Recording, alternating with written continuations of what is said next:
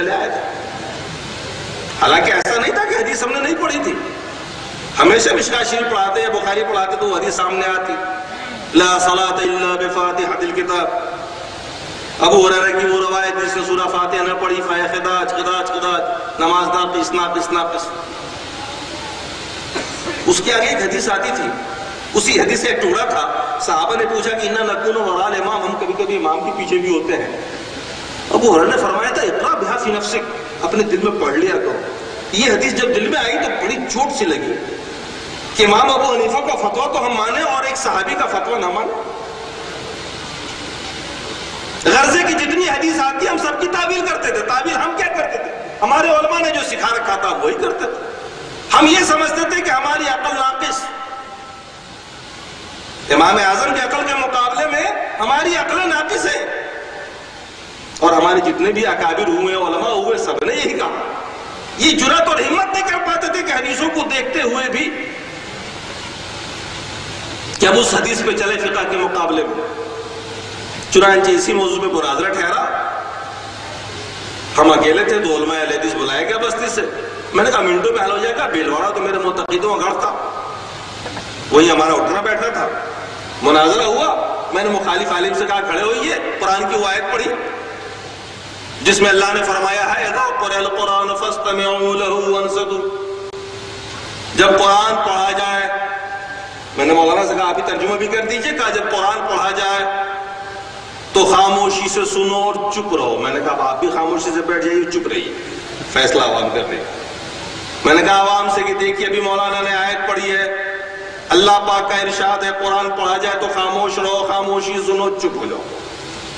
نماز میں امام قرآن پڑھتا ہے، یہ کہہ رہے پیچھے تم بھی قرآن پڑھو. قرآن پہ کس کا عمل؟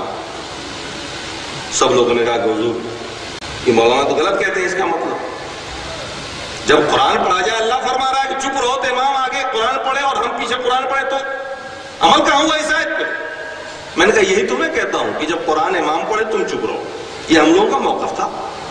علماء اہل حدیث نے بہت کہا حضور حدیث دیکھ لیجیے حدیث میں کیا آیا.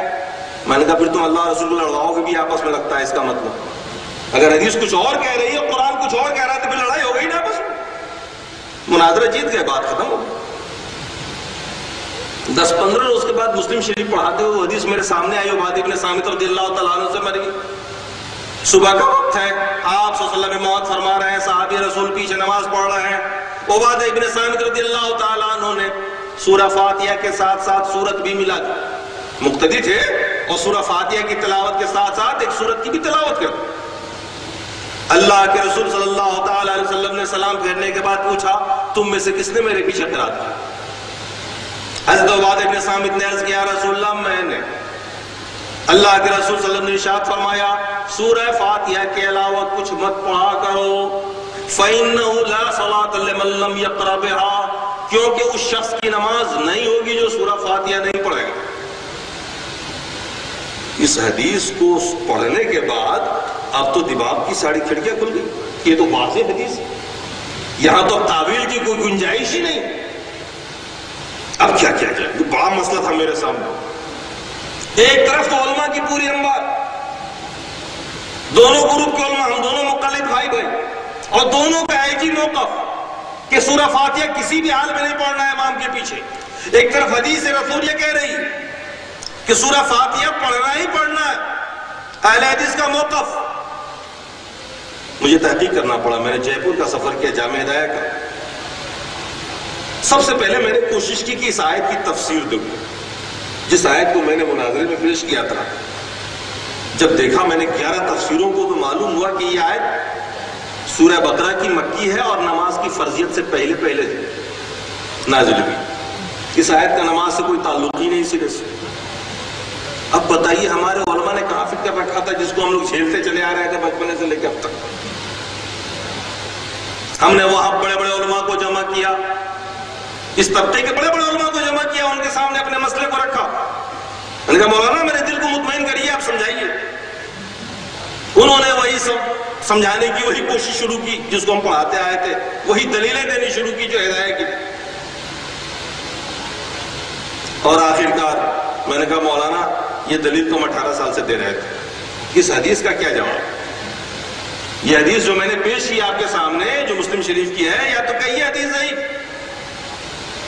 یا پھر کچھ بات واضح کیجیے۔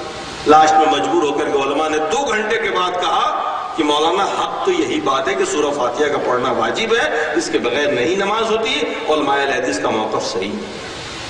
تو میں نے کہا 2 گھنٹے تک آپ ہم کو گھماتے رہے بلا وجہ، سیدھے 2 گھنٹہ پہلے کہتے تھے تو محنت نہیں کرنی پڑتی اب۔ اور میں نے کہا جب یہ صحیح بات ہے، آپ کو پہلے سے معلوم تھا، تو آپ نے چھپا کیسے رکھا؟ اس میں ایک مدنی عالم بھی، میں نے کہا آپ نے چھپا کیسے رکھا تھا؟ اور اب تو کسی کی بھی نماز نہیں ہوئی اتنے سارے لوگوں کی، آپ نے بتایا نہیں کسی کو۔